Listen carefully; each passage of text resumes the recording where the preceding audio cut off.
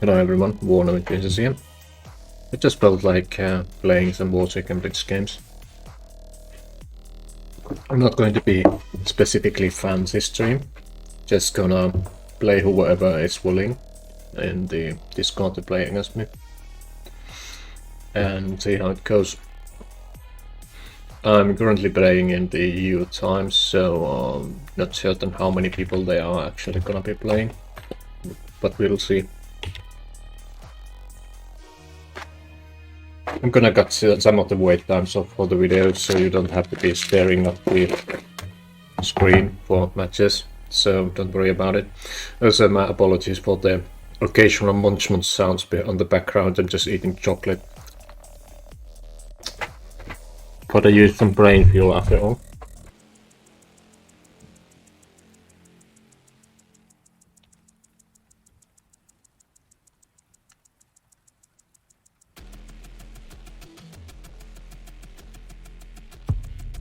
Warsaken. Oh, that's a type of opponent. That's Agent Jersey Wine. She teaches Blitz on Warsaken Discord. Literally, she has a event called Blitz 101 with Agent Jersey Wine.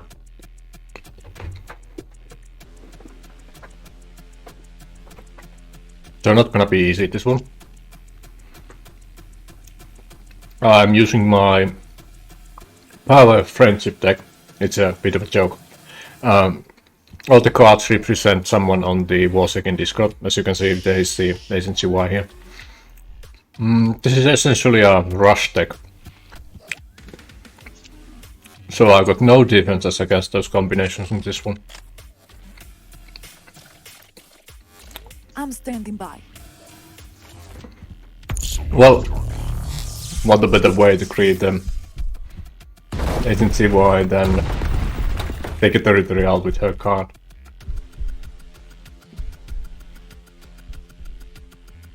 There is this Warsaken tradition that all the moderators I'm standing by. take a card which they represent. Let's say Mark Rockwell, Sarah CY, Cyrus the Fabricator, and so on.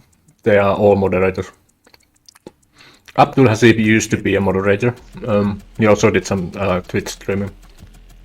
It's just business. Still one of my favorite ones.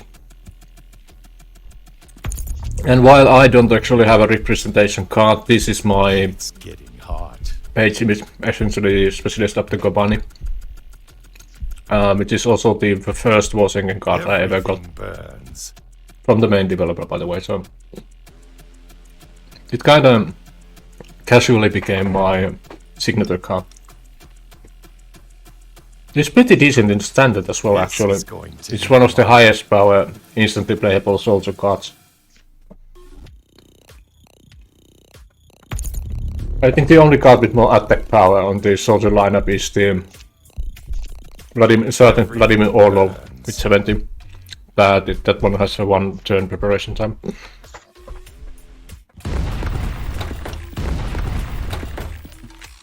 Okay.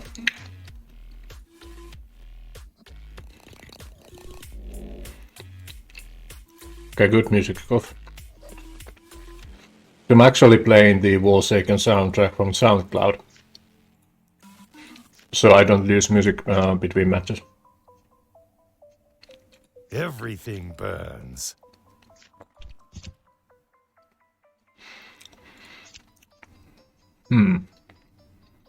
This seems to be like a force heavy deck, so I don't think there are many intel ones here. Just gonna gamble with some cards.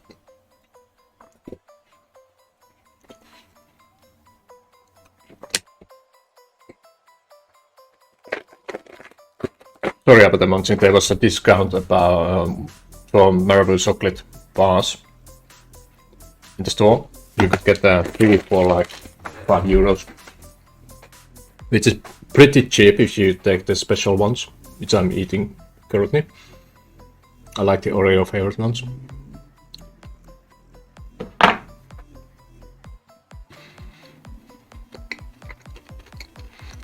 So you might hear me rustling something on the background. My mic is pretty sensitive, sorry about that.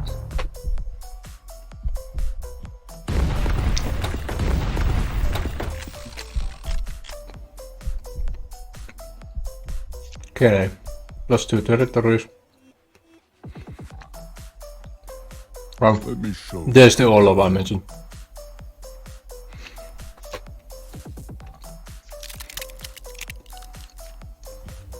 For standard perspective, not for blitz, Orlov is a pretty interesting card. It's essentially immune to the sniper effects, which are called pick off in this game.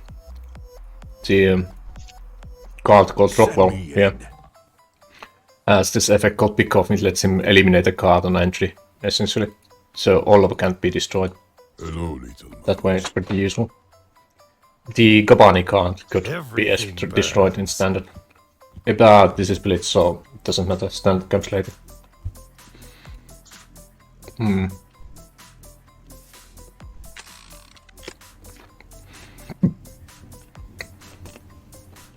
It's getting hot. Select target.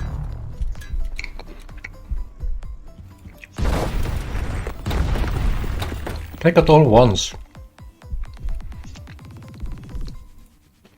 Well, let's toss a VMD on the field. See if that triggers an effect.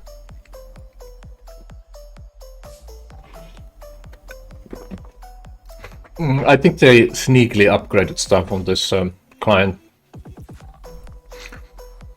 I don't know if you have seen any of my other videos, but I don't usually have the card effects on. Because it used to lag my computer like mad since I'm playing on a potato. But now, they do not lag my game. I can play normally with all the effects on. That definitely wasn't possible for me a week ago. So I think they upgraded it. Without mentioning about it.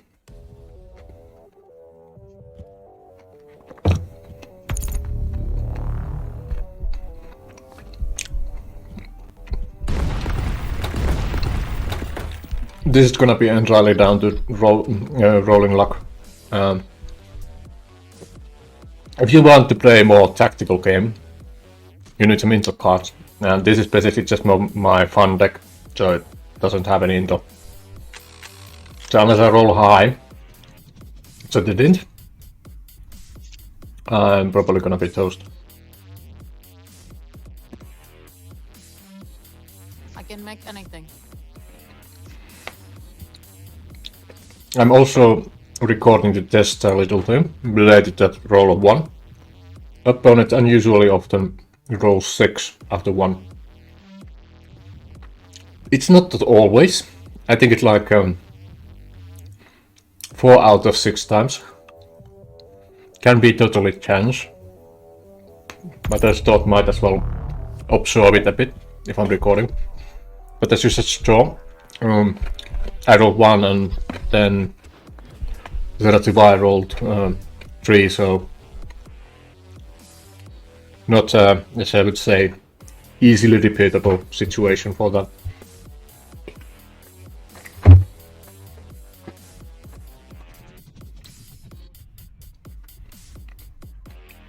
Can I put the music up a bit?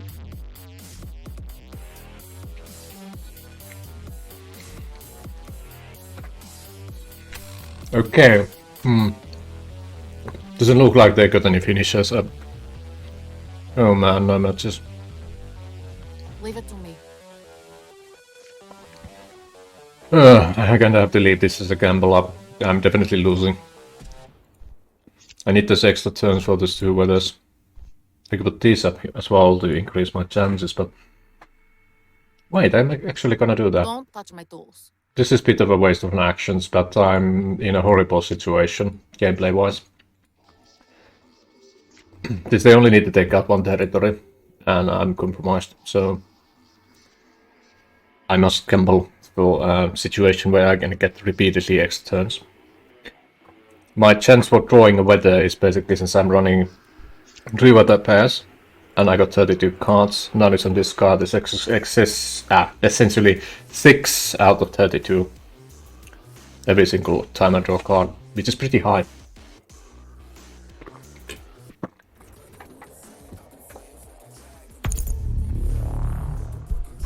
Okay, I'm gonna lose my territory and there's 3 actions left, so if she can make some matches I'm gonna lose now. Compromised. But on the other hand, if she doesn't take any matches and I get the weather parade going on, this might turn out to be pretty... Oh! It's a weather card. Interesting. And I rolled a 6. But do I have a weather card? I do not. But that's enough.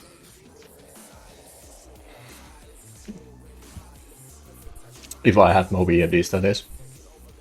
Unfortunately, I do not.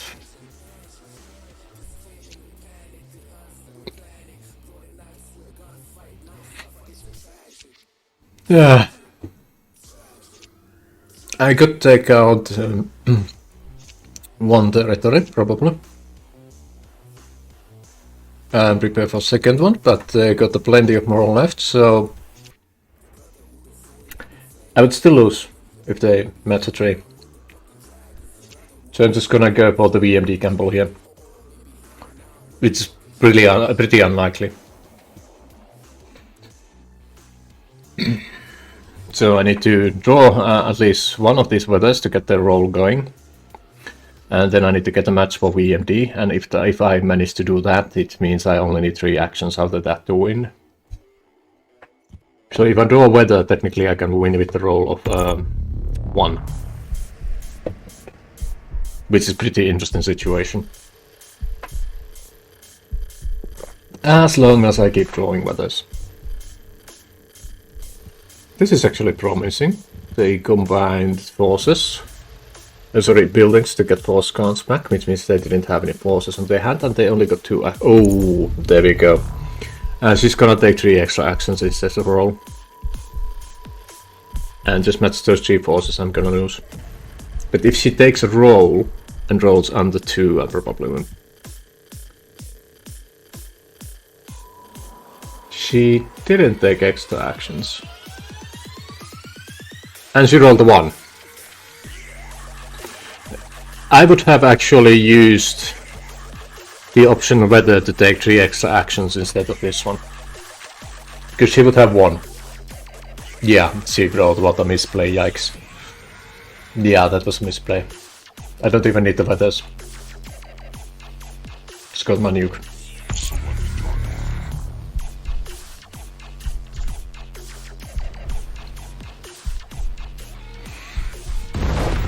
But that was entirely a misplay, so lucky. A little birdie told me.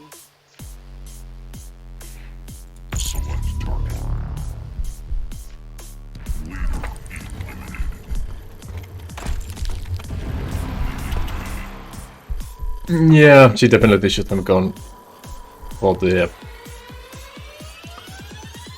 3 extra actions on that one. Okay. I'm not using my usual lineup of having same leader or each deck. Just for funsies. Let's use this one for the next one. This is basically the deck I've been using mostly for the tournament.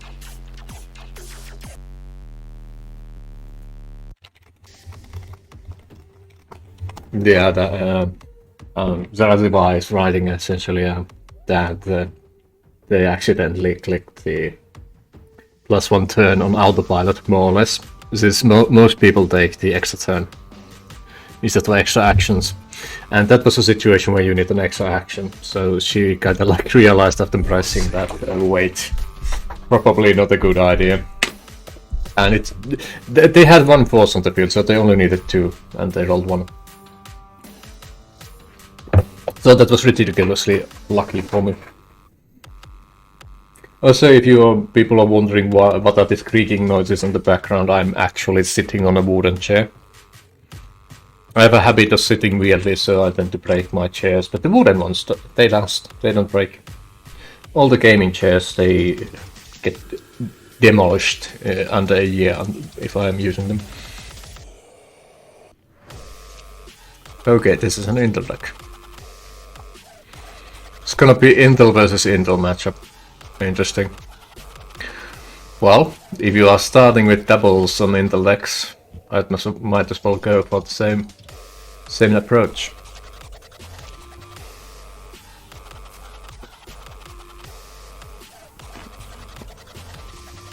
This is really risky, by the way, Intel versus Intel matchup. Since every time there's at least 2 cards on the field, you can just bounce 2 off. And then they need a building match to be able to use that play again. So if I would take these off, there would be absolutely no way they can play those unless they match building.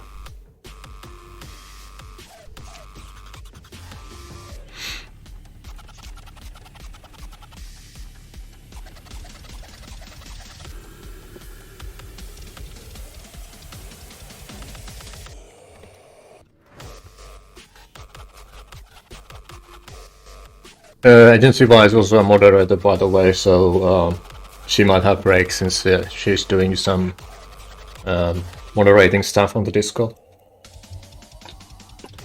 They have more or less 24-hour moderation on Warsaken Discord.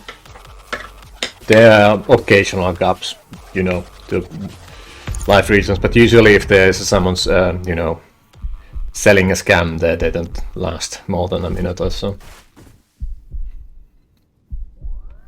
Ooh, I lost 2 to stolen blueprints. That's not an ideal situation for me.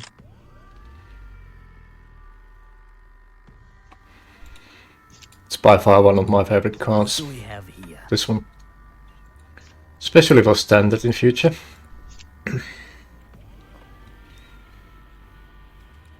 Okay, 1 copy of the Mole Hound, so they are trying to bait some moves here.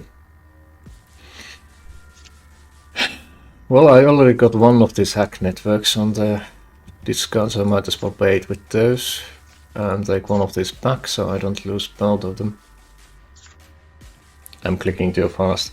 There's the show hand button underneath, so if I click this and accidentally press that, it closes the card view, so... That's on me. This is, by the way, Authentic Sienna, which is a loot pack card. It's the only leader card I have gotten from loot packs. It's not particularly rare, but it's an interesting one for standard since it has the +1 generic resource addition on the first turn. It's not much, but it's something. Precision. As you can see, this one doesn't have it. But that's actually a rarer card than the Going to take out the trash. Authentic Sienna. I don't think they're ready for me.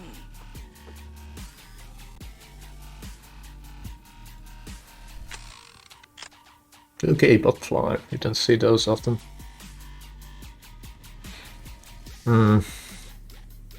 Let's go for bait here. When you're playing Intel matchup, people usually want to bounce the buildings off. It's also entirely possible that this is not actually an Intel deck, considering she's only played 1 Intel. And I see this little hacked botfly here. So I think it's more of a balanced deck. The most balanced decks don't actually have everything. Some people skip the moral cards. I do, for example. Since most players on the Discord usually use low moral value territories. For example, if you see Siva's side, there's like 1 moral here. This one should be 3. This one is 3. And this one should be 4 or 5, I think. Oh, 6! I forgot that. So, moral cards are beneficial if your opponent has higher cost territories, since they bypass the defenses and do 6 damage to moral. So if I could, let's say, if there would be like 8 and 9 territory, I could just take those 2 out and then immediately be able to attack the leader by attacking with the moral card. But if they had low value territory penalties, I would need to match at least 4 moral cards plus a force card to go through them. Which is actually worse than, let's say, playing Force VMD deck, where you can just match 1 VMD and 3 forces to end the game. In any situation. Of course, if opponent has high moral units, that value can be even lower. I think theoretically, unless they're using something like Murdered Out Ace card, which I have, you probably can go lower than 4 actions to end the game. Well, matches. If you have something like 16 starting moral and you have a 8 and 9 territory and someone uses a VMD, you could technically end the game with 1 VMD and 1 force match. Highly unlikely that happens though.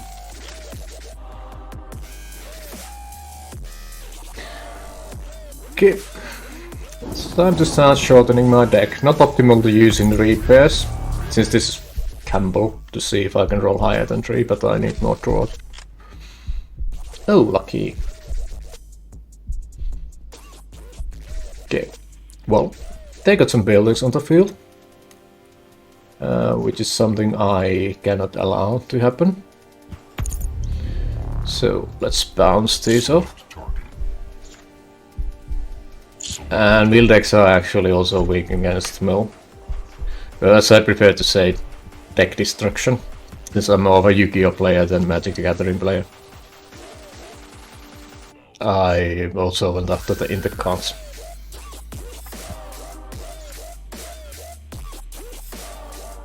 There's a lot of hacked cards in this deck. These are pretty rare.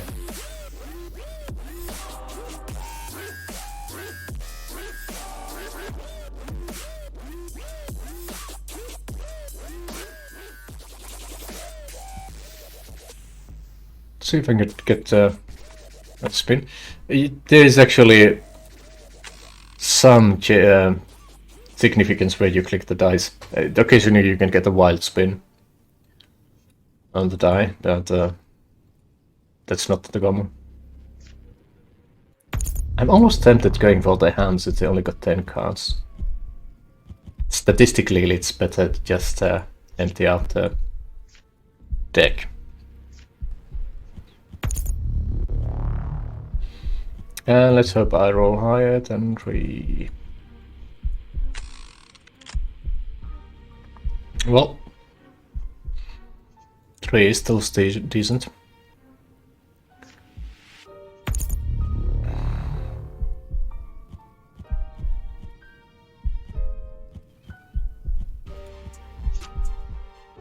And let's put a scare here. If I put a building here, then I think I'm getting some intels back. Alright, let's see, 2 pair of road types, hornets, butterflies, and triples, DX6, 1 survive, so they got 3 more of those. I think they're running low on force cards, to be honest. They still got some building options, at least 1 match for Jackal air pairs, which I have to pay attention to. If this is a balanced deck, they probably don't have more than 1 or 2 force matches left.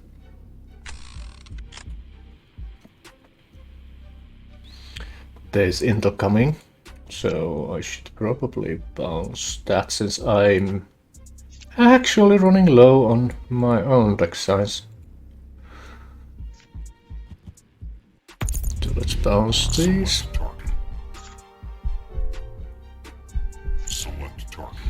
And I didn't actually pay attention to the Inter cards, so I'm just gonna take just in case this one of us won. Probably a mistake, I think they had some. Should pay more attention. No, they didn't have. Okay, that was a good one then. Let's put this one here. I should probably start preparing my forces already for win condition, but there's no rush yet. I have lost one of the greens. I got 1 in hand, so I got 2 more in my deck. So I technically can afford to get my Abani's... Captain Abani, oh, Captain Abani, yeah, alright. Monumental fun there. I can get Gabani's bounced and it doesn't actually harm me as long as I get one of the rings, and I should still have building matches left. Yeah, I do. I really like how the cards are really eager to get on the field once you got 3 matches. This effect is pretty interesting. As you can see, the normal card is just chilling here, and the ones with matches are really eagerly bouncing about. Okay, that was a weather match. Yeah, there's a bit of slowdown here. Should probably take off the card animations. I think it's I think it's because I'm actually recording. It causes the slowdown in this situation. I also have a lot of cards with effects on my hand as well, so I don't usually do. Okay, there's the building matchup coming.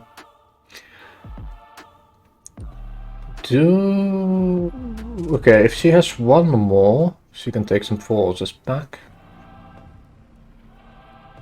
Which I have a hunch she actually played 2 cards against Intel deck. She probably absolutely needs to get the force from this card back. So chances are, if I bounce these 2 buildings,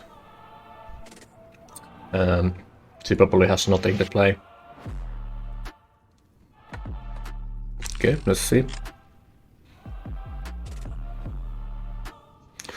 Okay, it's getting a bit stuttery.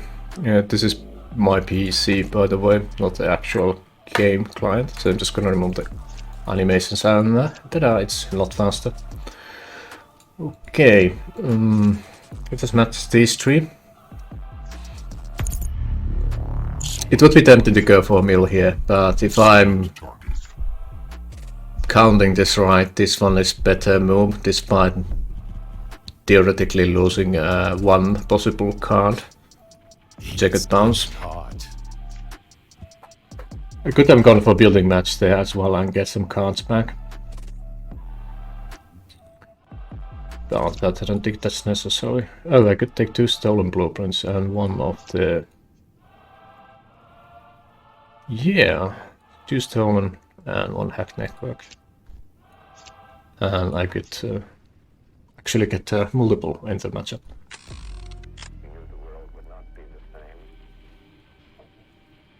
Okay.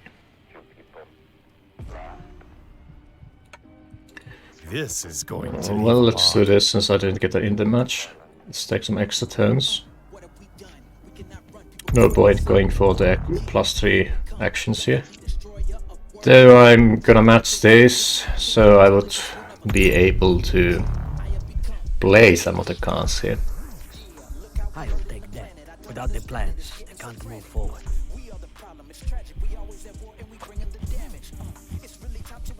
But I only need 1 action to play the hack network.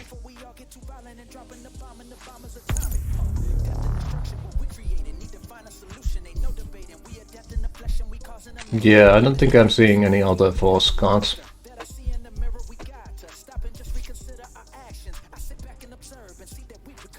Yeah, it's really likely they don't. Match. Okay, the problem here is I have 4 actions. I can compromise the leader with this one.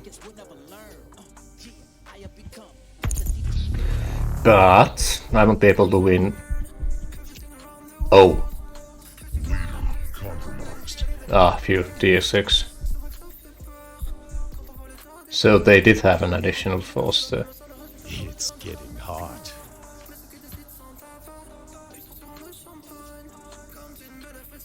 This is going to leave a mark.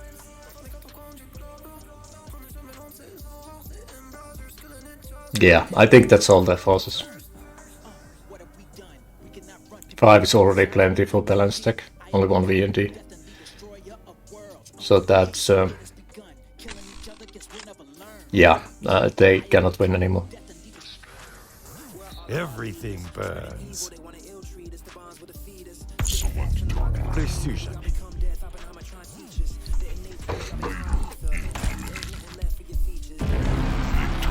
But that's just the ultimate ability of Intel decks is to, if you aim opponent's weaknesses, estimate how many forces they have, and just focus on the forces, entirely on the forces, and the occasional buildings to prevent any returns. You can make certain that even if they have like 20-30 cards on their hand, as long as you got all the force cards up, they cannot end the game even if you are compromised. Oh, you go. Well, let's go for the third one then.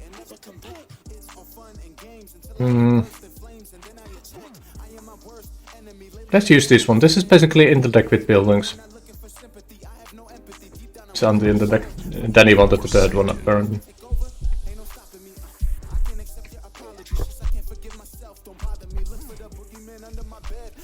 I call this MOAs usually, but I didn't name it like that this time around. Since there's tournament going, I like to keep the deck names clear. Understand. This is worded out version of the current card, which is, well, basically people sitting in a rain in darkness. Rain in darkness, so I call them MO cards. Or sad cards. I think the sad is better. This is like a sad ace. Get my fighter ready. I mean, emos can be pretty cool. They But don't sad ones are understand. always just sad.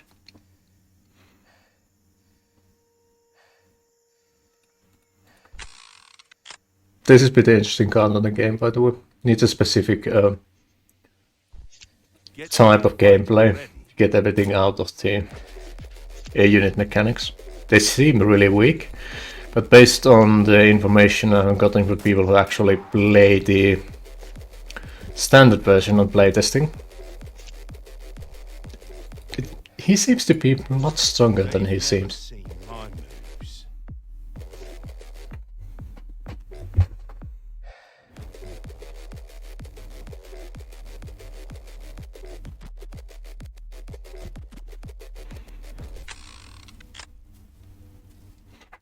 Can roll the 1.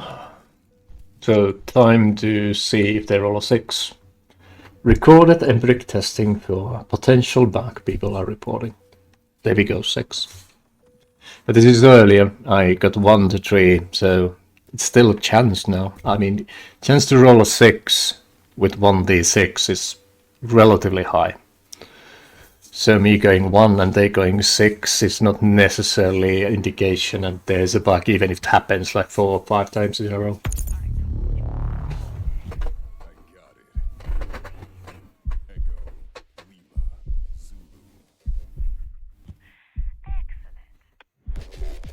Okay.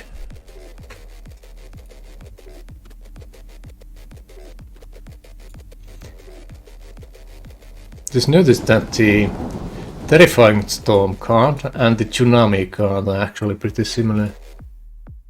Is it the same city now that I think about it? There's this building with spire. It's not on this one, so it's a different city.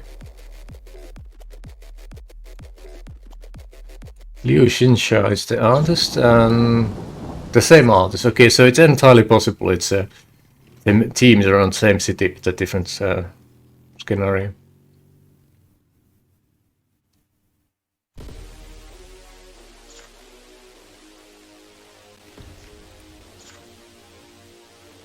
I like the dark cards.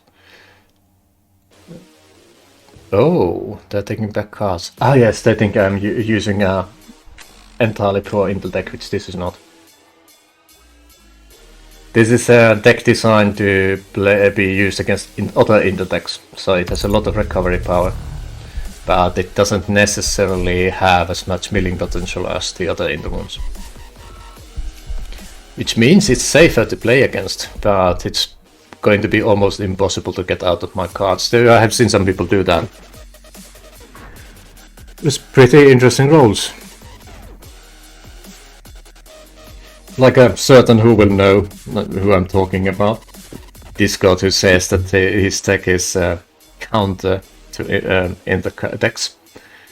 And I said that, yeah, drawing the same VMD match every single time on first turn with 3 out of 60 chance on every single game. This is totally up because of your deck design. Luck. Oh, okay. Seems Agency Y has to do some moderation stuff, so they have to forfeit the game. The writing on this score.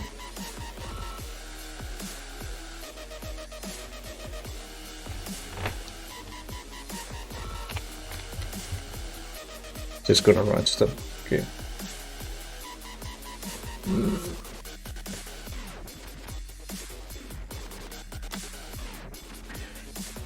Okay. I wonder if I should just close the game. Technically, it's possible to leave the game open, and I could just open a new tab and just start a new game.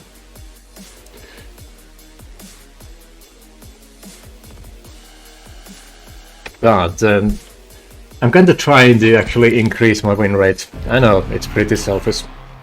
There is this event going on for the beta testing, which calculates. We can't see our own win rates, but the developers see our win rates, and they actually have this hidden ladder type of thing going on. I know for certain, since I like to test my decks and do some really weird things with them. I'm not actually using the best ones all the time. I have under 50% win rate.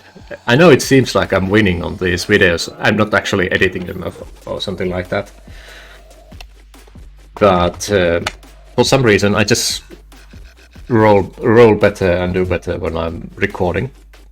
And when I'm playing myself, I keep... there was this one game earlier on the AMOs where I think I rolled in one game 4 ones, 1-2, 1-4, and that's it. That was the game. I didn't get a single match out. Just totally got stomped. That's my normal roll luck. I'm rolling a lot more even here.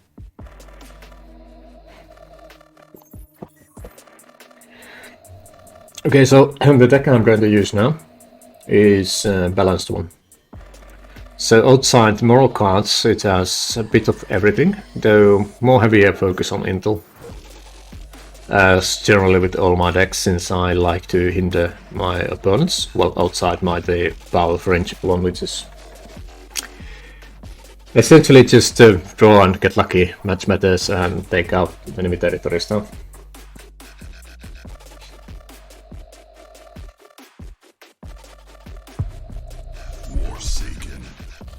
Ooh, Martino.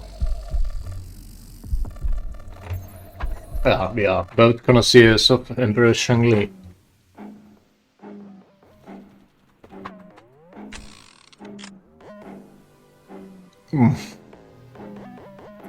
Another chance to test the algorithmic bug. If my earlier speculations are correct, if I play a card now, opponent should roll a 6. Only affects first slot, which is weird. If I do it on second one or the second card, it doesn't actually work. There we go, 6. If we talk about... Ooh, that actually looks really good on gold. Interesting, that's actually moral deck. Ooh, that's brutal starting field. That's brutal starting field.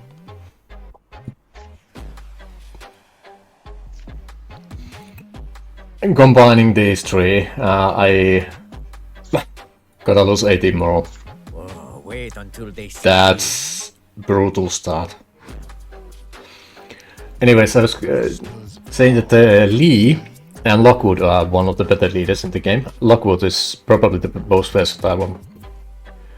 Because they have a mechanic that allows them to draw 2 cards every 2 turns on the standard. Strength to the Empire. And I believe every veteran of card games knows how powerful it is to be able to draw cards. So especially with Lee, since Lee specializes in foot soldiers, mainly ninjas.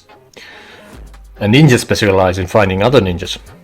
So if you build a deck for standard that revolves around ninjas and intercards that allow you to search cards. You get to things like playing Flow, which is a soldier card by the way, and lets you look at the top 4 cards, put them back in any order, and then just get 1 card as a draw. Now, since you can delay leader abilities, you don't have to use your leader ability when it's up. So you can wait, play them all, arrange your deck. If you do not like the next card you're gonna get, you can just use the leader ability and force shuffle the deck later. Or just hasten it if you see 2 cards, let's say after the arrangement. Better example would be this one. After the arrangement, if you have, let's say you get 1 card you absolutely want, and there are 2 which you need, you can just use the leader ability. And if you don't like the cards that you had, I explained in a bit wrong order. If you don't like the cards that are coming, don't actually use the leader ability, use the ninja mechanic, which Lee specializes in, to search for ninja further down the deck, which shuffles your deck entirely. Then use the leader ability so you don't get those cards. That's what I meant to say, sorry. My brain works really weirdly when I'm speaking English. I guess that's the downside of not being a native speaker.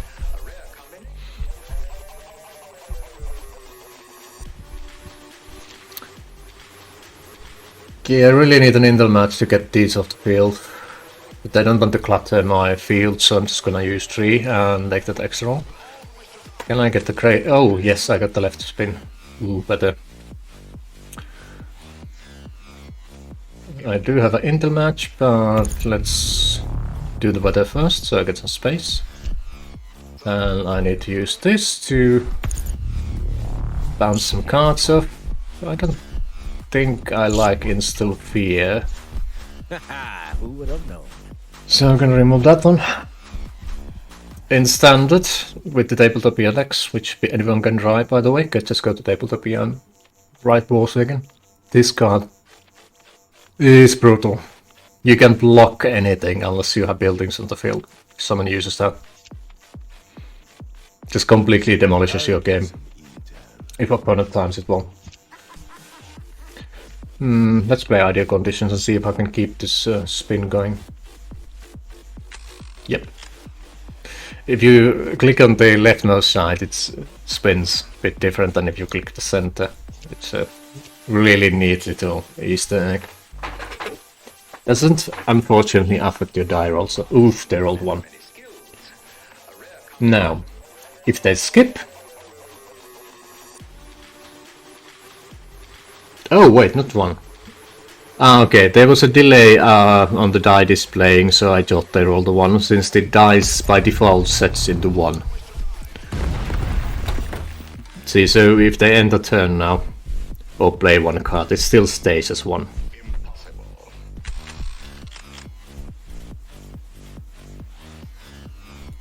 Okay, let's see, I just got 8 all left, so I can afford to lose 1 territory.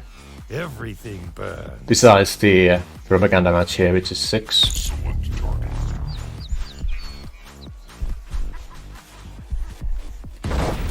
But ideal situation would be to get rid of that card.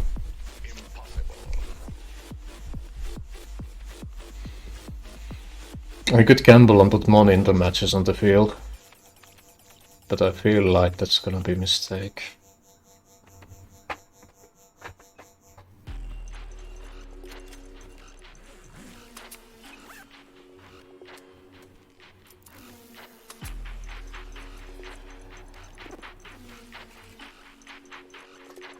I'm just gonna hope they don't draw one of those blackmail cards.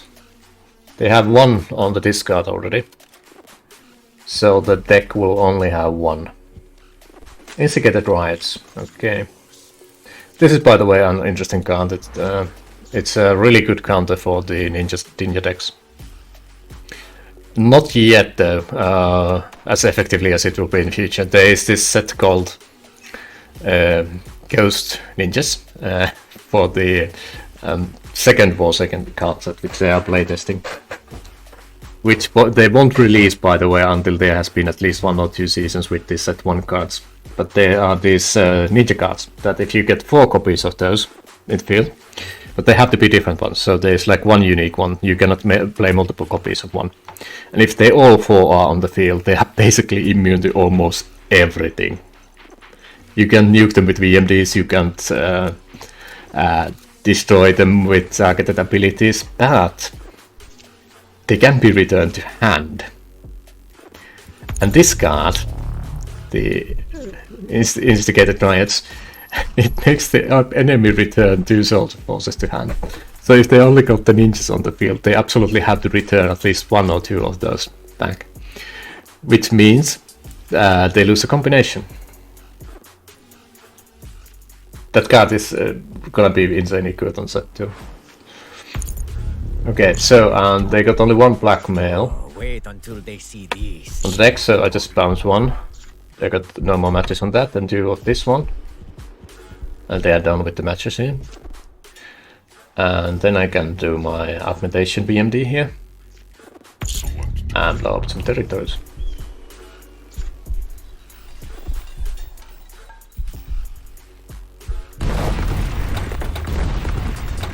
I could make an Intel match here and mill some cards.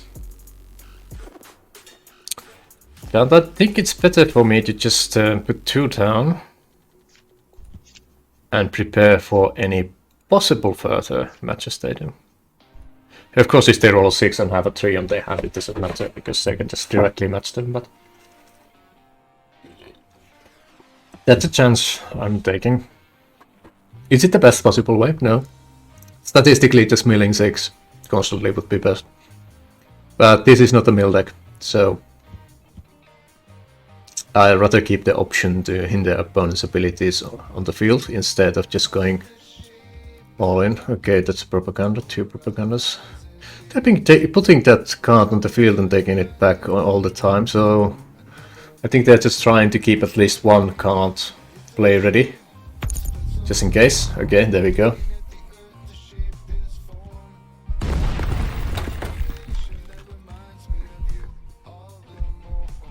And I have no idea why the sound clouds, if you have a track selected and you put it on loop, it at that time it just skips to some other track once it reaches the bottom.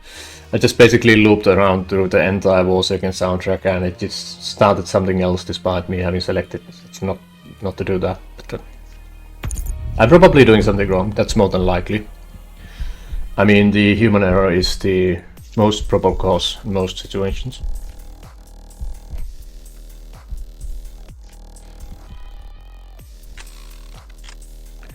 Okay, fine. I got the rings ready, so I need only 1 other match.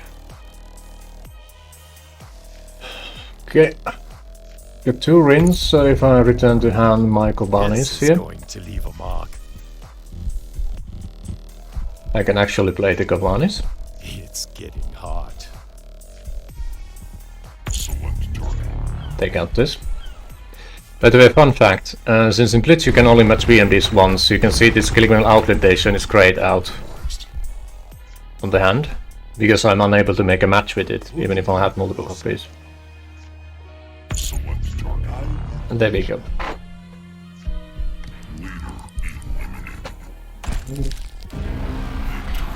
Oh, Smoker is also playing. I really want to play against him. He's one of the people who has been smoking me literally in this game.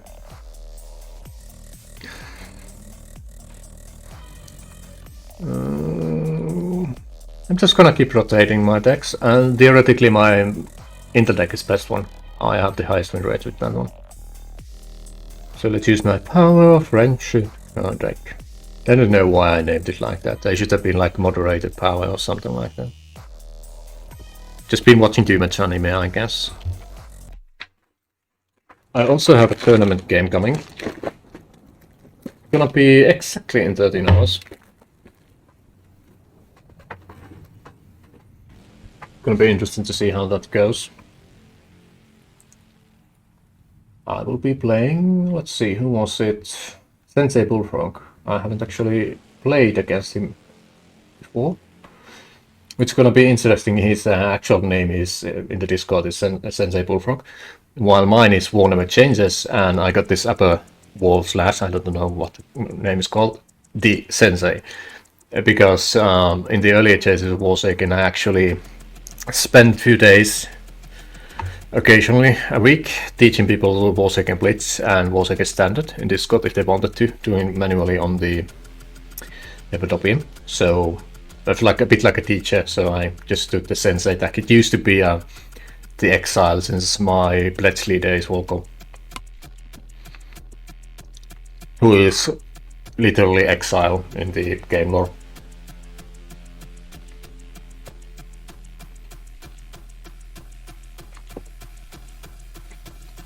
So I do know the Sensei has a lot deeper meanings than that in Japanese. For example, famous manga artist or writer could be called Sensei. Or generally anyone who's an expert on the field could be technically called Sensei. But it's mostly associated with the teaching profession.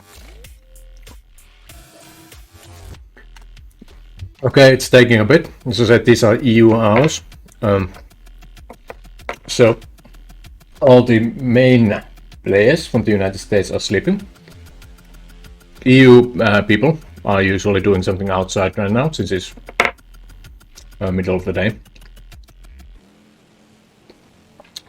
Technically, people from Asia should be online right now, but they have their own channels which they hang about.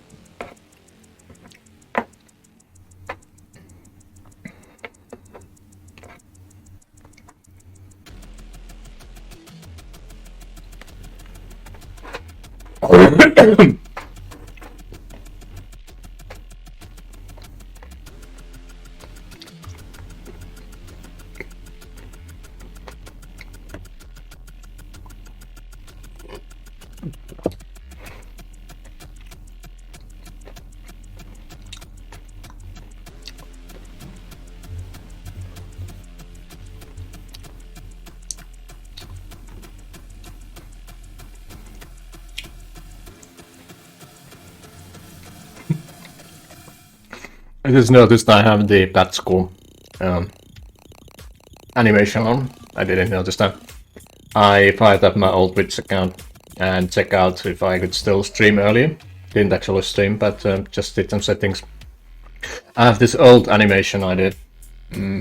Let's see, it should move. I put it on the middle right now. So if you look at the middle, I created that into animation about the bat that flies around Skull. Like 4 years ago in Halloween.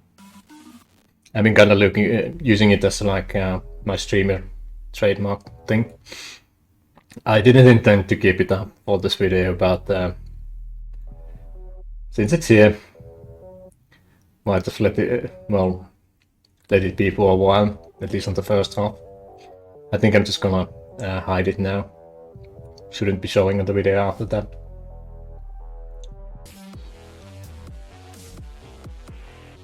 Oh, there's some stuff going on the trenches. Just gonna pop it up and put it on screen for a moment. Okay, these are not my packs. These are not my packs. But this is the reason no one is playing. They're basically watching. Who's open now? Mickey Blackthorn, one of the avatar cards in the game as well. He's opening some platinum packs. Just gonna spy and watch one. See what they get. Look at the intermission here. I still got the game going on in the background. So just one pack. I don't open platinum packs often. I don't have that much loot, essentially. Ooh. We got one Thermal Ash, at least. Those are really rare cards. There's like 10 copies for each one. As for the staking tiers,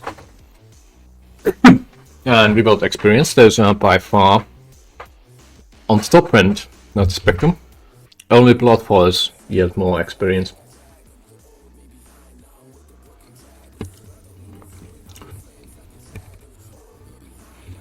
Yabari is actually one of the few cards which I think might not be that useful in this game, since there are two better options for the demolition which he's doing.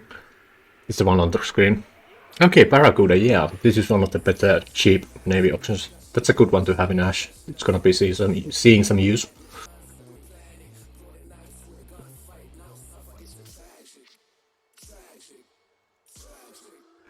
Oh, yeah, now I know why the main developer is staying up. Just gonna close this one. That's more or less what they got. Oh, I got an opponent. Warsaken.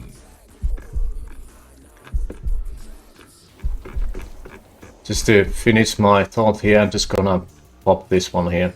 Just fast. Just a brief thing. I'm gonna get back to the game. This is what the main developer has been doing. They are preparing like a B-reel video for the Kickstarter is gonna start next year. They're prepared for that already. Well, I don't have anything too secret on the search part, so if you want some interesting things to check, there are some D&D recommendations there.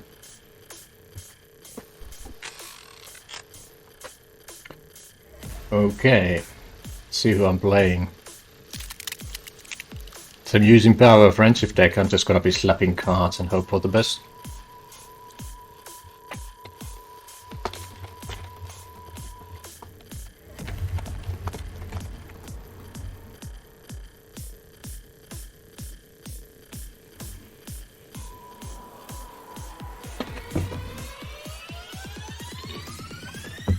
Just apologizing to my opponent because doing some stuff there for the delay. They actually asked if I'm there.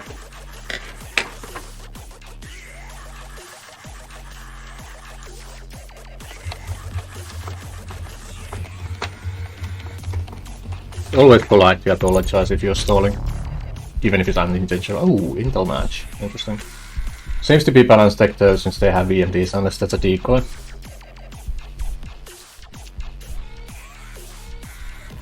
Nothing too important.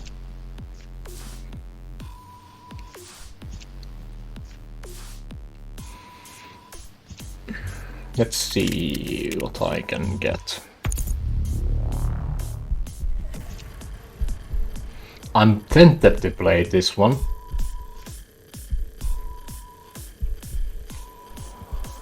Yeah, I should probably play that, since I don't have anything else really to use. Put the one building up. See if I can get the side spin going. There we go. Little backflip. It's one of the extra turns done. I should have a second one. I'll catch him off balance.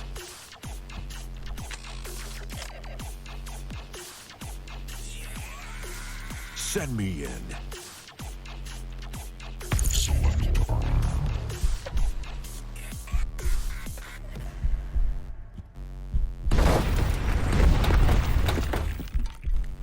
A little birdie told me.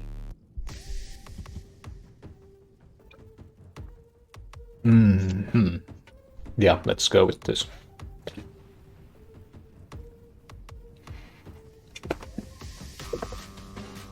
Mechanically, it might be best to spend all your actions, but I really don't like to fill my slots unless I absolutely have to gamble.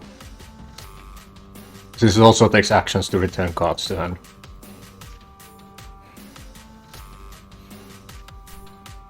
Okay, let's play some Renzos here. You came to me.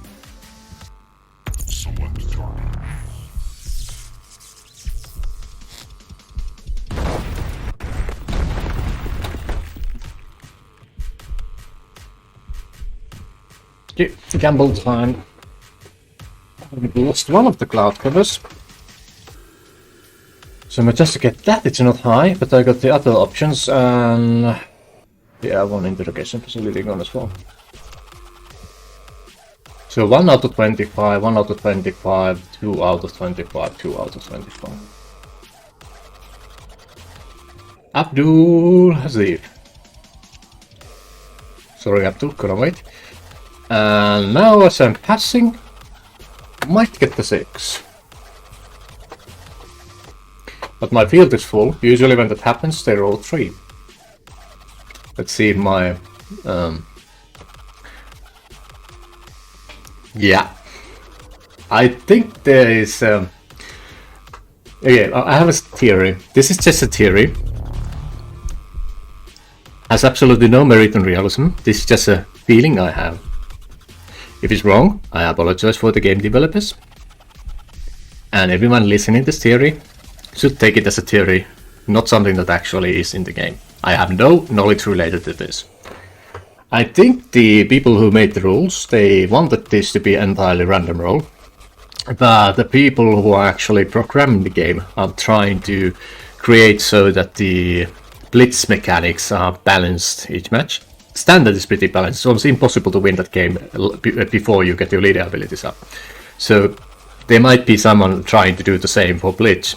And that results in situations where certain patterns happen, 1 to 6 in specific situations, like I've demonstrated earlier, and 1 to 3 in specific situations, because those are the 2 rolls I see the most after I roll 1 or opponent rolls 1.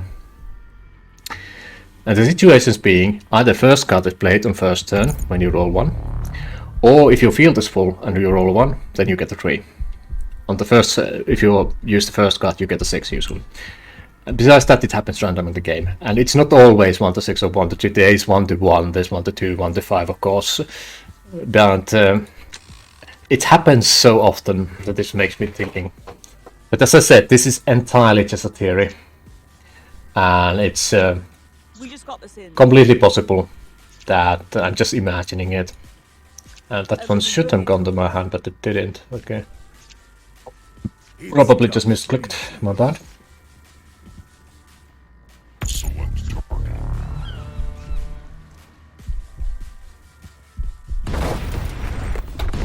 Alright, so they bounced some cards, so I lost one of the nukes. And I lost the other weather. So... okay. No, let's see. Yeah, building, sorry, not weather.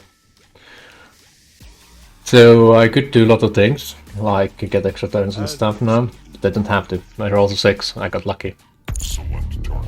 Unless they rolled a 1 I didn't pay attention to, then it's the same reasons before. But my point being about the speculation is that I do not think it's intentional. These developers don't really like to cheat or rig things. I've gotten a really good read on them in the past year. I think this is just something that just happened. And it's still entirely possibly just me. Might not have any basis at all. And my apologies to developers if it's not true. I have I actually did a PDF check where I played against myself, which you can do by the way. And I tracked the rolls. And I think it was on one match I rolled, just by the way, just skipping, not actually gameplay, just skipping turns and rolling. I rolled 1 6 times, and 4 times it went to 1 to 6, and the other times it was 1 to 3 and 1 to 2. But that's still chance. I have played D&D a lot, so I've seen people roll double 20s and double 1s. Disadvantages in 5th edition, for example. That's a lot lower odds than just rolling 1 and then someone else rolls 6. And I see it repeatedly, so chance is chance. But speculating is always fun. Okay, let's go back to my mill deck.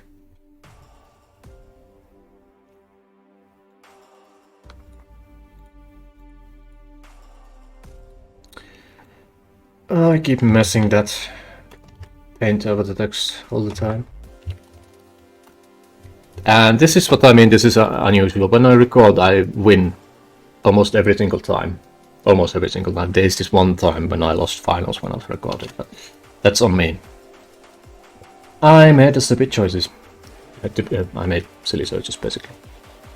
So, normally I should have lost multiple games by now. But oh well, I take it.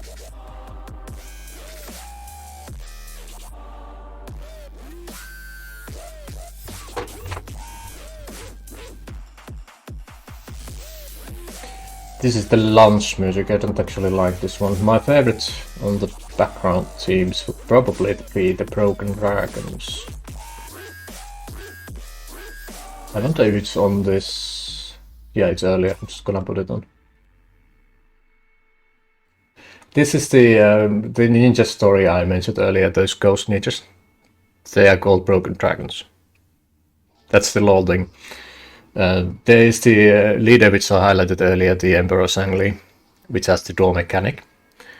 If I believe the law was something like this, the main developer posted it on Discord, is that his son Kyori essentially had slightly bit different views than Emperor Li, since Emperor Li is a pacifist basically, who doesn't want to invade or only plays defensive wars.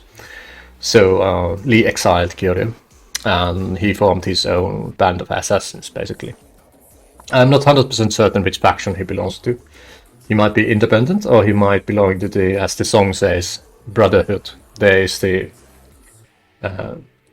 faction that basically just wants to destroy everything that they think is corrupt. Might be that one.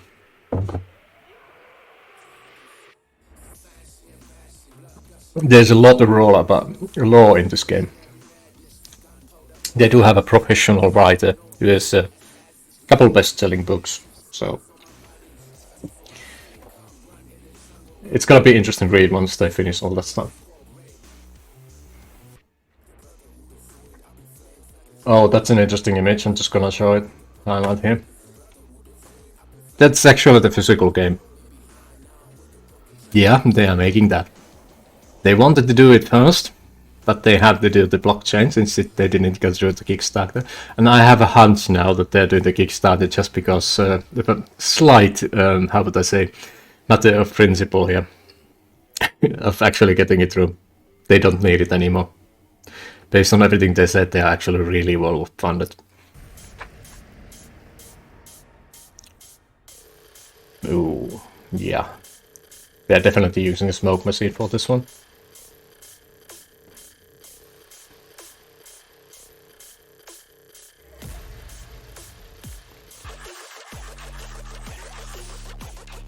Yeah, but actually, I'm just gonna, while I wait for Melbourne, I'm gonna put a bit of highlight reel here.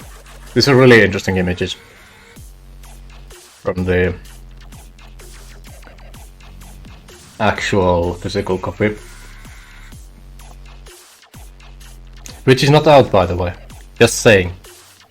They have some collector's edition sets people can buy if they want to, but they are really expensive on purpose. To kill the developer, don't buy them, wait till they release the full copy.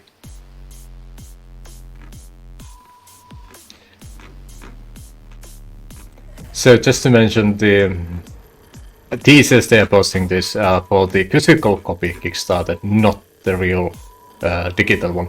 They are 100% funded for the digital copy, and they already, I think it was yesterday, the day before, they mentioned that they hired a new developer. So they're definitely doing good financially. This is one of the few Wax projects I know is fully licensed and fully funded. They actually have a trademark license, by the way. I'm gonna probably make a video about that. Okay, this one should be Smoker again, interesting.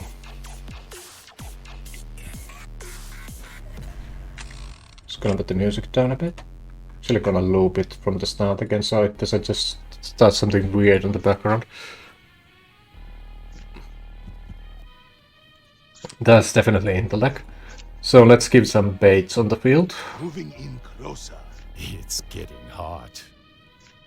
There's a bait for you. I absolutely need the Gabanis to win with my intellect.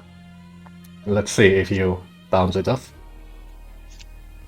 I think Smoker has played me plenty enough time to know that I kinda need the companies. Ooh, they got the mill going, and I think they just got pairs there.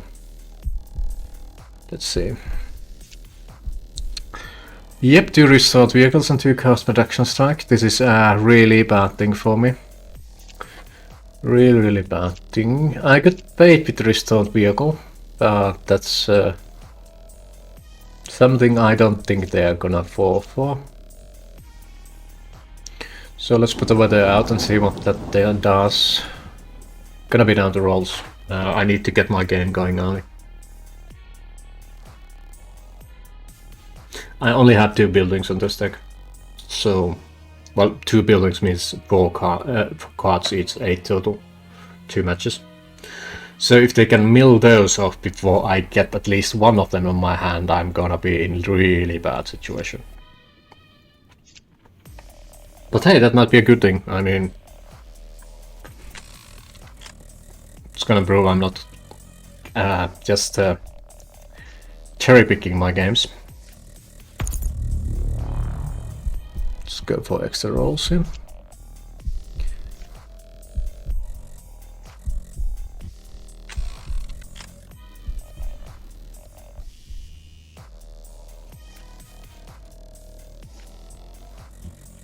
The best counter for Intel with Intel is just to mill and hope you get pairs. Oh, interesting. They actually might not be using an Intel deck.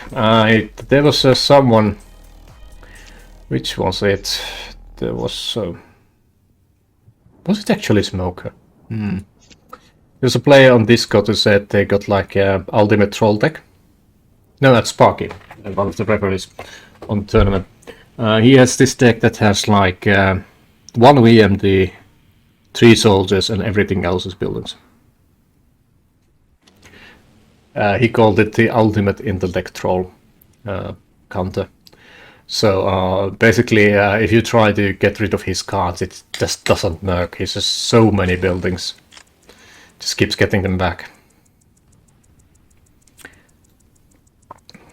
There might be something like that, though it's pretty unlikely.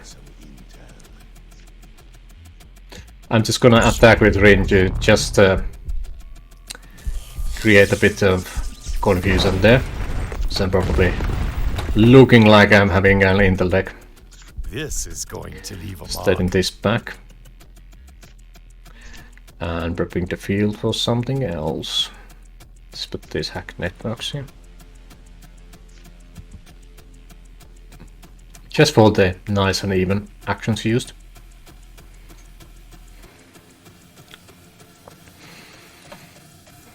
They got a definitely better situation going on here.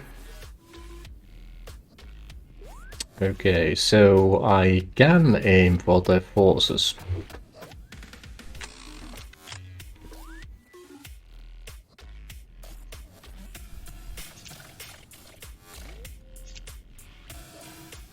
They got 2 Intels on the field, which is problematic if I want to get some cards back with my buildings. Because I only have 2 actions.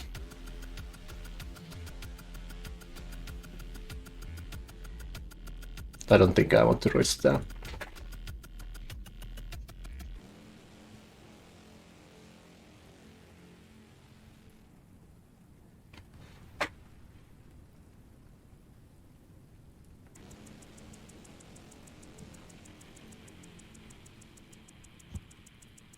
Okay, is that triple much? Yeah. Extra actions coming in. And 1 more left. Ooh, Intel. Yeah. It's probably gonna bounce some cards off my field, which is a good thing for me in this situation. Please bounce. Bounce the Intels. They're dangerous. Don't mill my deck, please.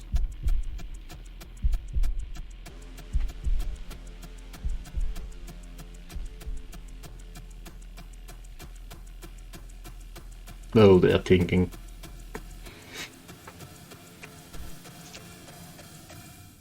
Three from hand might also be a pretty bad thing for me. Oh yes, they melt the Intels, thank you.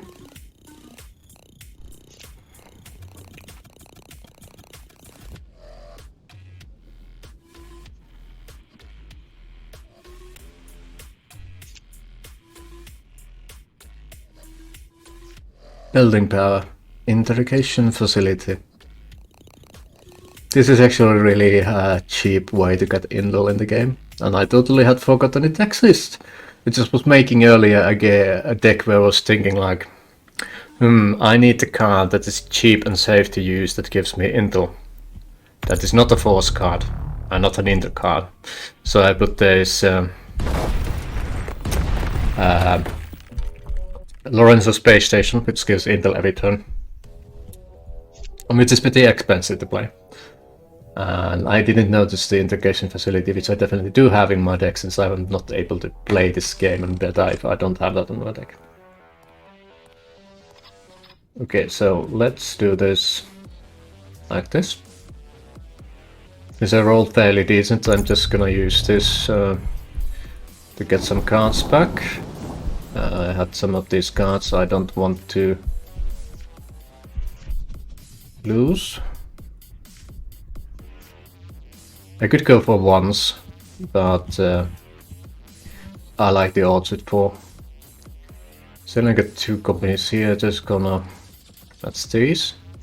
Since they do need forces, I'm just gonna mill a bit and see if I get some. I didn't get any, but the game an eye here. Which means they got most of their force cards in their hand, more than likely. I could try to make them discard some cards. But they got 15 cards in their hand, and they can choose what cards they discard if I make an inter match. Which makes it that it's not an optimal situation for me. Okay, that's silo. I think I milled 1 silo earlier. I did, so I can get rid of that. Oh wait, let's see.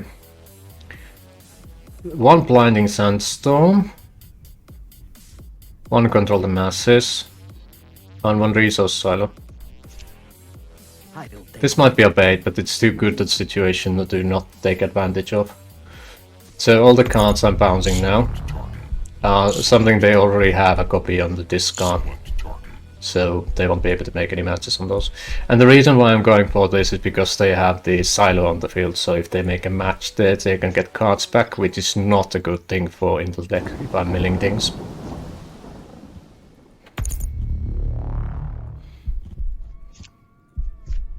And now let's hope I don't roll a 1. Let's go for the corner click. I rolled the 2. Well, that's what I needed.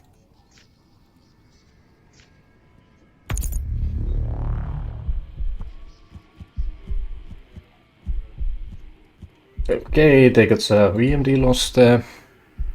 So no more VMDs, they're not the Sarasi wise. They still got plenty of forces. They got a full Gemini match, full prototype match, and full Wasp match.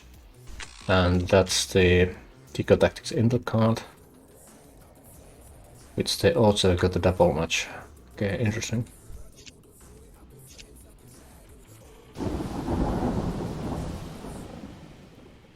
Okay. Direct quote, these ones are bloody insane for me. That's from the Discord. Okay, they still got a pretty decent chance to win. Simply because they have enough force matches to do that. Or do they? That's a total of 9 cards. That's a total of 2. It's 11. Plus 2, 13, 15. Plus that match earlier. 16. 2 here. 18. 2 here. 20. They got only 4 cards that aren't counted for. So unless they manage to deck me out somehow, they don't probably have a way to compromise me. Which is why they are going for the mills. Okay. So what I need to do is I need to play this building matchup, and instead of taking cards in my hand I need to increase my deck size and keep reducing their cards in their hand, not in their discard. Oh, they still got the card house. Do they have... Oh, they got the 3. I did not expect that one. So they're gonna take 6 cards back to their arsenal. Which means I absolutely need to mill those off, because those cards are gonna be the key for the victory. If they take the chemical augmentation VMDs, for example, that creates an entirely new way to win the game. They just need 2 VMDs and any of these 3 forces to win the game. Or they could just take a force card, because I only have 3 territories.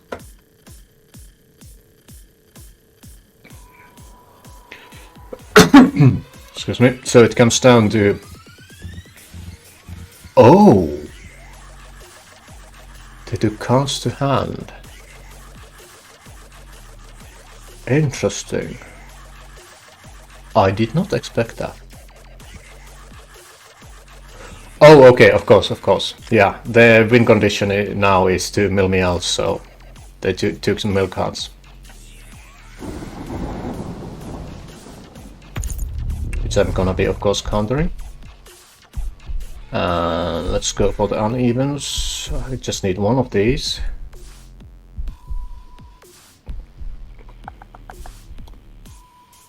All of these. 1 of these.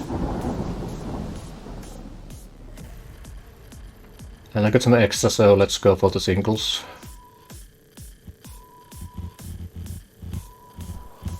And I got 3 actions left, so I could go for a turn.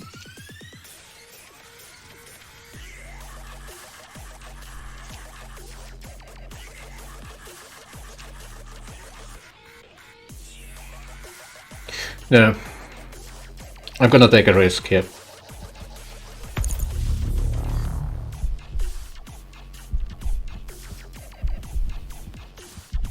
The risk comes from me possibly rolling higher than for next turn, which means I will compromise myself if they mill me.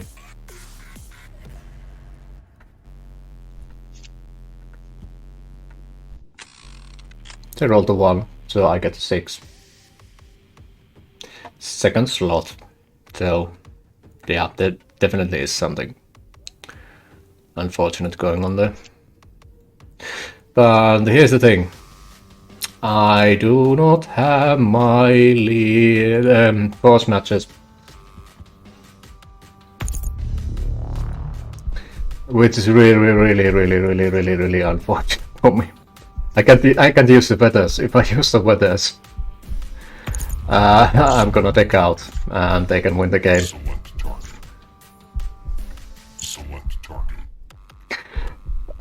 This is a ridiculous situation. I have all the moves I need to end, but I made a minor miscalculation. If you look at here, I have 2 Kabanis and 1 ring. My discard has 3 rings and 1 Kobani. So I only have 1 Kobani left, which I can use for matches. And it's on these 5 cards.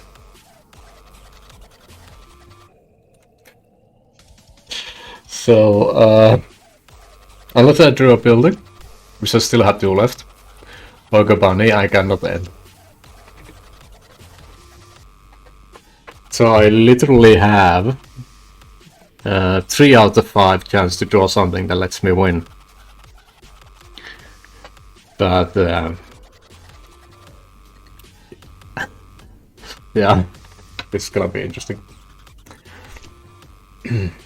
They're probably wondering what the hell I'm doing.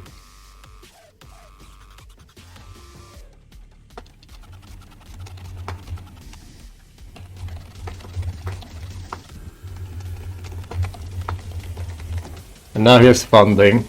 If I take myself out now, ooh, 1. Damn it. They shouldn't have intel. This is going to leave a mark. They shouldn't have intel. So that's probably the smartest thing to do. They do have force matches, so they can match a force now and take something out, but I'm not compromised, and they do have forces just to exactly take out 3 territories. Oh wait, they did lose the Gemini on the earlier mill. But they do have the... Yo, no, wait, they can only take out 2 territories. So, here's the thing. If I somehow mess up and empty my deck without having enough moves to make a triple match, I will lose. But that's really unlikely. that was just ridiculous. Yeah. There we go, GG. I watched him die. That was entirely... if they would have milled one more Kobani, I would have been totally screwed.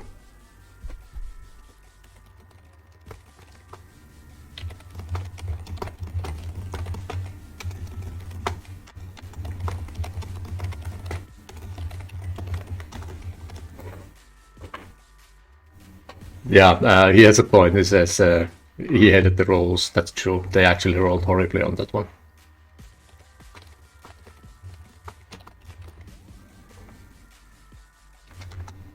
But that was funny, man. You don't see a situation like that often. Okay, I used the null deck, so let's go for the balance one next.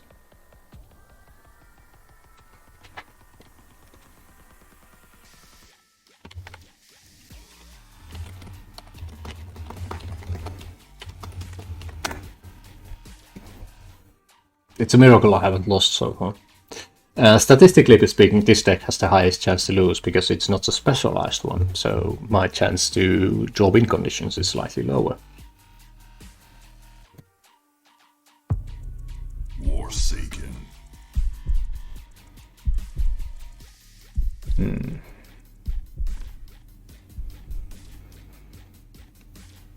Different lineup this time around. But I think it's still definitely Smoker. I should really memorize people's ones.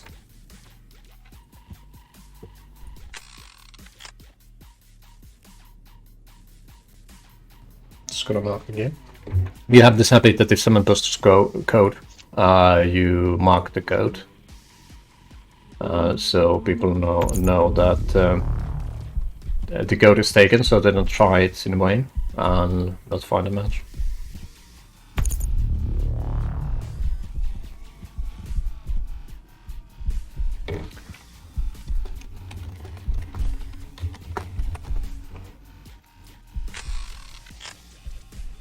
What is with my rolls now? I don't usually roll this high. Well, I'll take it.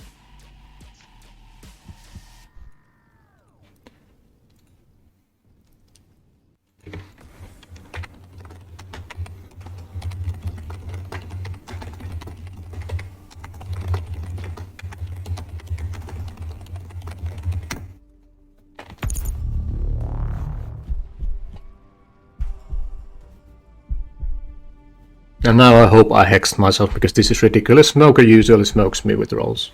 Now I'm smoking Mocha, which is very unusual. So I just wrote that when I'm playing normally and try harding to win, I usually roll horribly.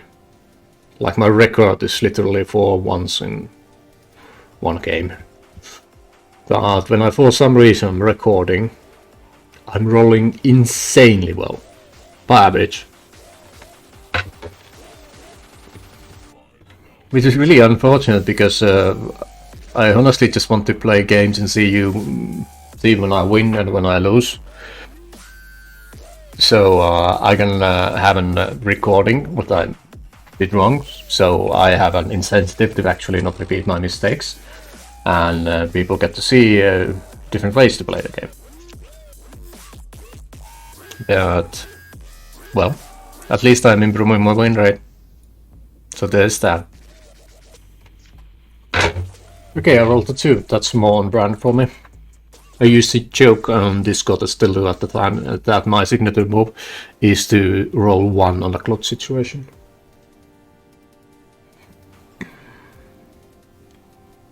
And I actually made a mistake here. The line of these certain inter cards made by Brandon Z. Adams have a certain thematic, with the brand background and, well, in this case, global indicators and, demographics and such. If you just briefly look at them based on the color, they look similar. they don't look at all similar if you just pay more attention. But just on the brief look, they look pretty much the same. If you would, let's say, look at the corner here. So I actually accidentally played those two on the field. I only meant to play 2 copies of same card, but I instead just picked one by one different ones, which is waste of actions. Scared of the big boss effect. What does it mean by big boss effect?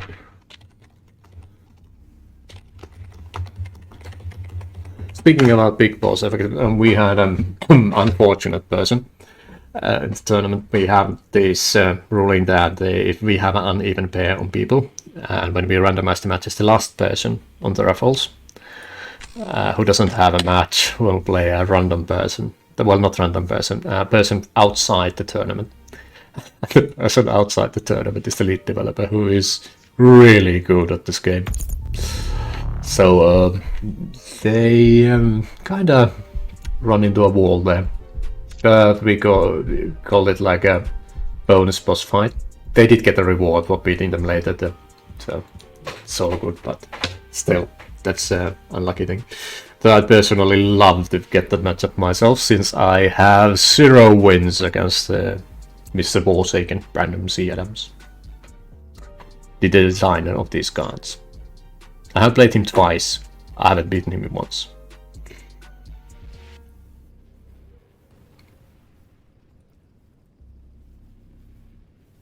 Ah, okay. Yeah, Smoker is explaining the Big Boss things. He says there's a reality show called Big Boss where virtual overlord gives residents of a house challenges, and there are cameras everywhere in the house which showcases how the residents live, eat, and fight so on. So the participants behave well whenever the Big Boss is watching and asks to do challenges so on. Okay, so it's a bit like the... what was the reality show? Big Brother, I think? I haven't actually watched them, but I know the concept. So I guess he's indicating that since I'm thinking someone is watching me, since it's a recording, I'm playing a lot better. And when I'm playing alone, I'm just half-arshing it, basically. I hope that's not against the YouTube TOS. I didn't actually bother reading that one. Just want to record some games.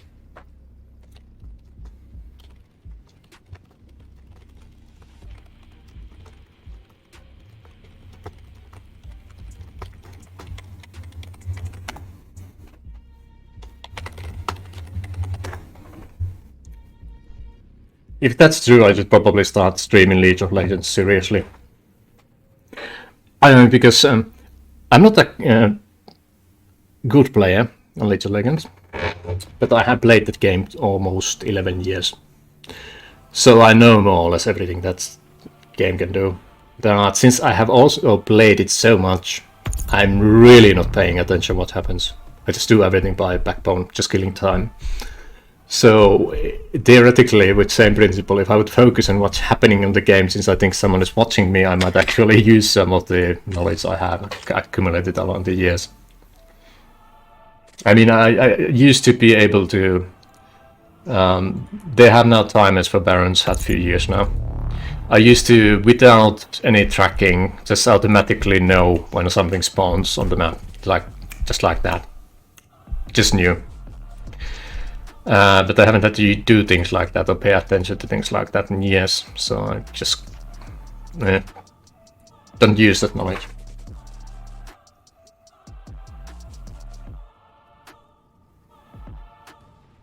I think I have the same problem actually with the Warsaken standard, since I played so many games on Tabletopia that if I see certain patterns, I just automatically think like it's really hard or almost impossible or certain that someone wins or loses the match. So I don't really try to find alternative ways to win after that, which is a really bad habit to have. I'd say that's something I need to get rid of.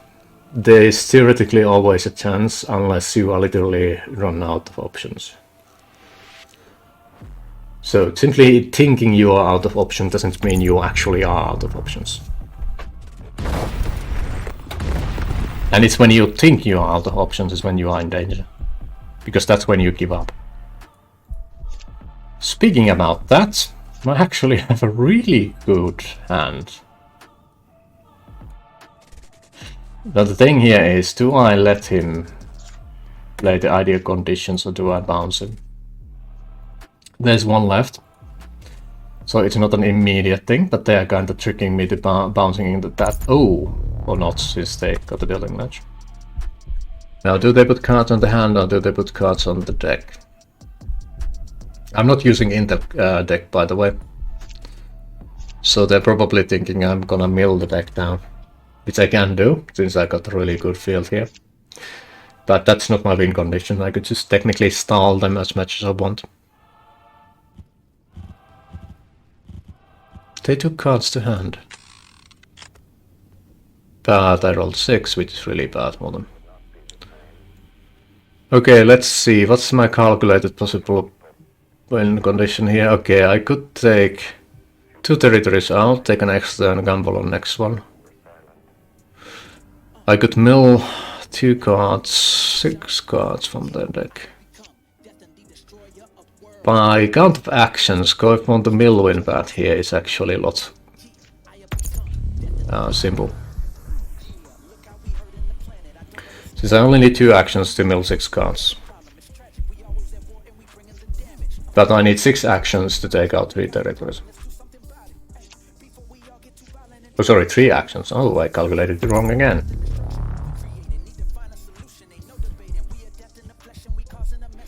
So now if they roll a 2 or higher, they're basically compromised. But why give them the chance? Let's see if I get lucky with some of the other inter matchup which I got on the field. I rolled a 2, so no Zuko on that one. So I'm just gonna put these cabanas here, so if I roll 1 next turn I win if they draw more than 2 cards. Well, 1 card. If they roll a 1, they roll the 1. They are not compromised if they roll a 1, but they do have to take action with the weather, so if they take a draw, they... Yeah, that's compromise later. So unless they somehow win with the 6 actions, which is really good roll by the way. And it's possible if they match a VMD and have a force, they win.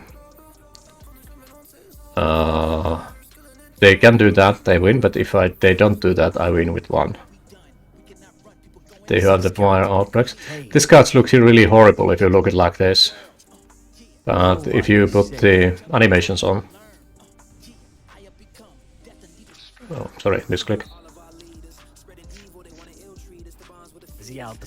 It's actually pretty cool.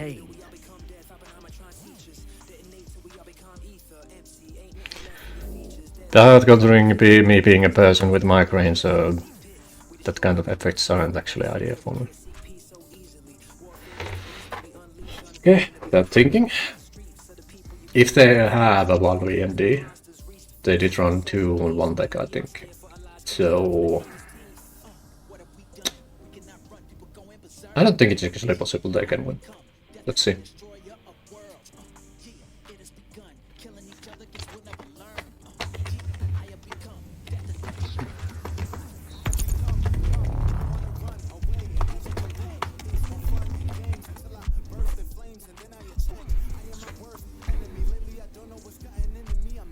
Okay, they're the building, so they probably take back the BMDs. That's what I think. So they still have 3 actions left, so they could gamble. Like, go for weather matchup. Oh, no, they didn't need 2, they needed 1, that's true. So if they match weathers now and roll 6, they can win. Okay. No weather matches. Leader compromised.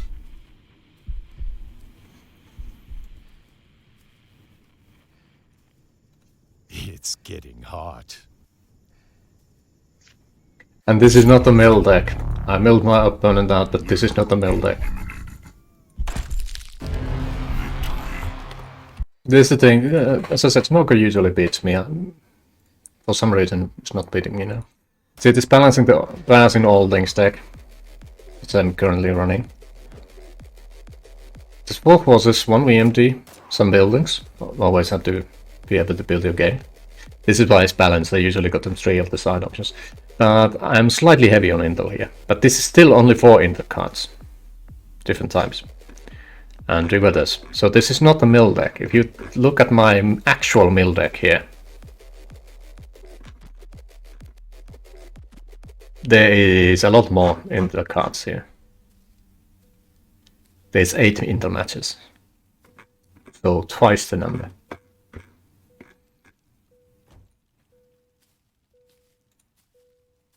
That is still a good idea to have some intellects. If your opponent is rolling well, you can just use it against them and just make it backfire.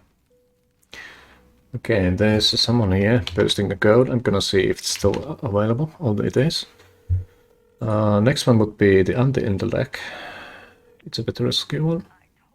Yeah, let's go. David Ears. Warsaken. I think this guy kicked my butt a few times earlier. We'll see. I actually asked the developer what my win rate is. My win rate is only 47%, by the way. So this is exceptional for me. That is probably the big boss effort, which Smoker just highlighted earlier. They have Will as a leader. Doesn't mean they necessarily play Intel. Let's test it. I rolled a 6, but that's not an ideal situation. Oh wait, actually, yeah, I got so many buildings I can sacrifice for you. Oops! That was not intentional. That was not intentional. I was meant to play 2 of these, but I accidentally clicked the red symbol and played 3. That doesn't do anything. If you match them early on, that doesn't do anything. That's why they were grayed out. So that was a 100% mistake. So let's do it properly now. Focus. Okay, 1, 2. That's what I wanted to do. But this deck actually has 7 building sets, so doesn't matter if I lose 1. I can keep getting them back. My entire idea was to put 2 on the field and get them to bounce some cards if they're running Intel. Because I said, I can afford to lose buildings. And if they think I'm running Intel deck and I'm running a double building on the field, you want to get rid of those buildings. Please bounce. Please bounce. Oh damn. DXR Area Refueler. This is by the way a really interesting card for standard. Haven't seen it much in Blitz though. Not that it matters what types it is. Alright. So based on my studies, if I do anything now, my opponent should get an extra not extra turn, they would roll 6. I'm tempted to see if trying Clan Temple now would actually break the cycle. Just gonna play Idea Conditions on slot 2. For some reason I haven't gotten the 1-6 if I put a card on the slot 2.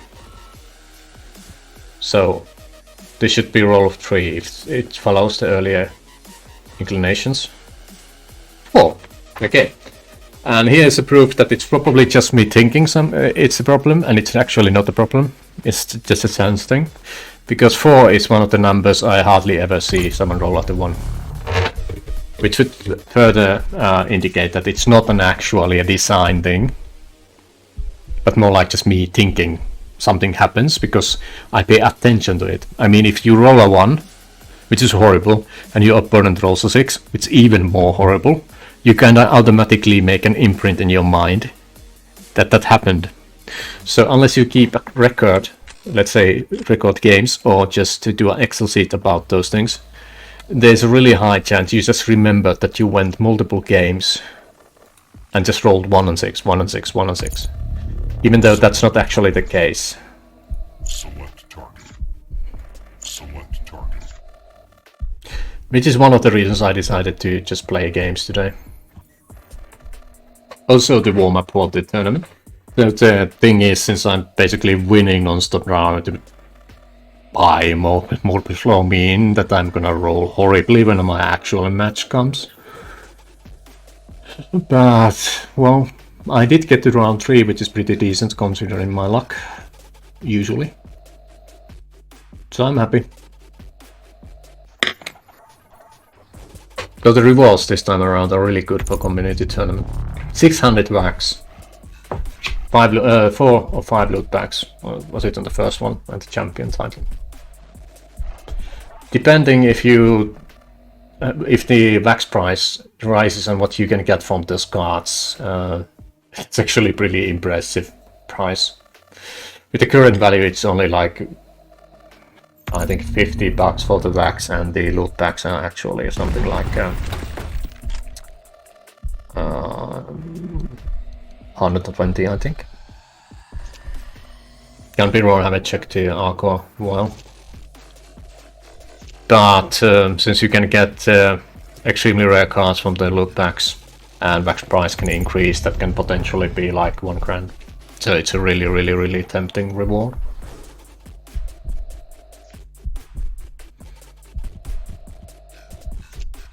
I'm actually more excited about the loot pack too. Since I really want to get tenant card. Tenant cards are used for renting out decks, which is pretty interesting concept in Warsaken. You don't actually have to pay for the rental decks. You can play with them free, but the person who is renting you the deck will get a cut of your experience points, which allows them to actually earn better rewards than they would normally do. So if I understood it right, by the way, this is just my understanding, so it's entirely possible it's wrong. A person who has hit the absolute experience cap by staking, meaning their own reduced amount of cards, could theoretically earn more if they rent out decks.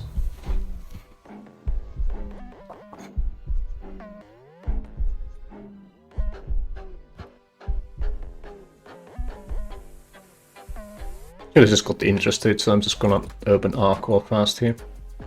Sorry about that. What is the current median price for loot? 00185. Okay.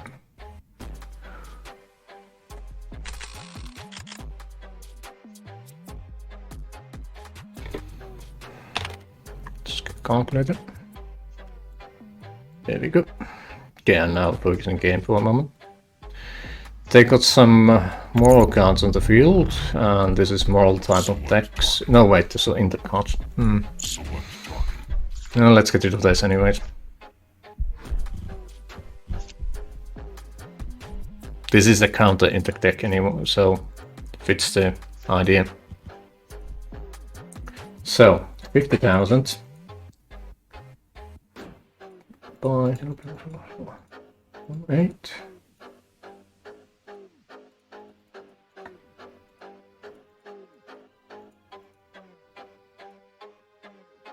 Yeah, that's about 90 wax for 50 cards. Okay. Oh. No, wait, I didn't count it right. Ah, never mind. I shouldn't multitask when I'm playing a game.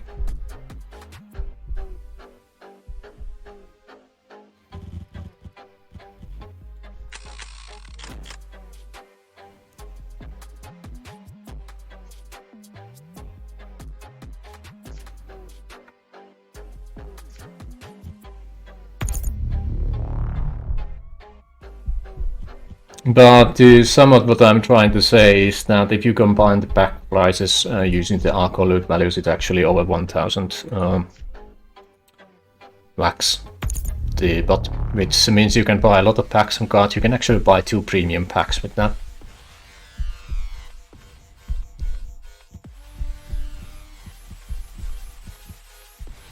Okay, let's fix my force situation here. Alright, I haven't used any. I haven't drawn my win condition, I only got one Kovani here. Which I'm gonna put on the field, because I can afford to do that. This deck actually has only 1 force, so if they bounce that I have to get it back, but as you can see I got so many buildings that that's not even an issue.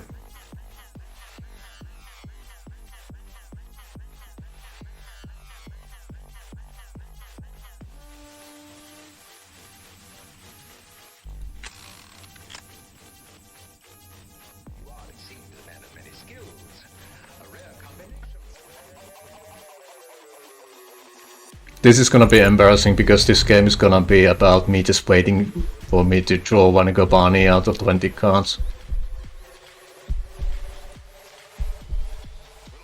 which depending on rolls can take a long time, and it might look like I'm taunting my opponent, which I'm not. This is just a really weird deck. Leader compromised.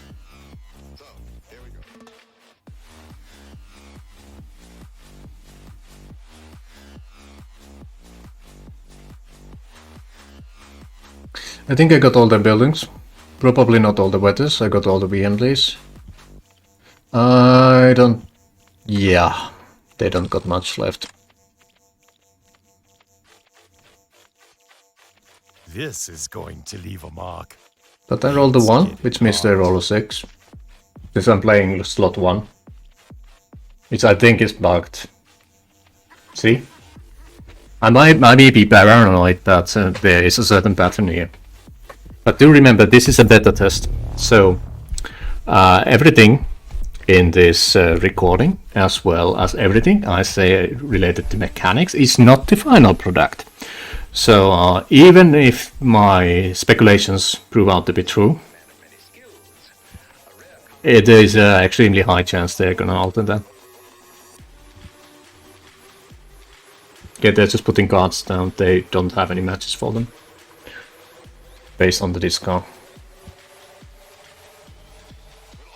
See, no match for these, no match for these, no match for the VMD. They're just playing cards. But the problem is I don't have Akabani to end the game, so this is... Oh, Everything burns. I drew one. Okay, never mind. Let's take a look at their encryption.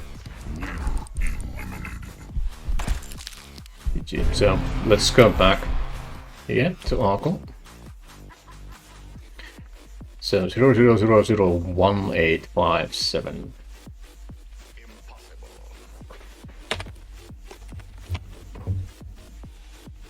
Well, I don't actually have to calculate it. There's probably a buy order here somewhere. There we go. This is 4 booster packs. Not booster packs, sorry. Platinum. Not platinum. Let me just shut up for a moment. Contemplate of my stupidity. Okay, done contemplating. This is 4 loot packs. 4 loot packs costs 400 loot on the spy order. And the tournament price is currently, if I put on Discord, should be up here. There we go, first prize. 6 and packs, 4 loot packs and 5 booster. So the if you take out the current price index, it's actually 1000 max, which is about 80-90 bucks. But Back's all-time high value is over 90 cents. Just saying. Anyways, I think I'm gonna end this here. If you bothered watching me ranting on random games, thank you. I hope it has actually entertained you or just taught you something about Warsaken Blitz, at least early on. I can just start rambling later on. Anyways, next video I'm gonna upload will be my tournament game. Let's see how it goes. Hopefully I win. Based on my wins today, probably not gonna win. You know, statistics, I should start losing. I think in this game people will set up in about 46 to 56% win rate. Since Blitz is a bit of a luck-based game, it should even out around 50. I think there might be some people who are really good who are gonna get like 60. And people who are just not really doing things right, who are gonna end up 40, but I don't think people will go lower or higher than that. Time will tell. Anyways, as always, thank you for watching and stay safe.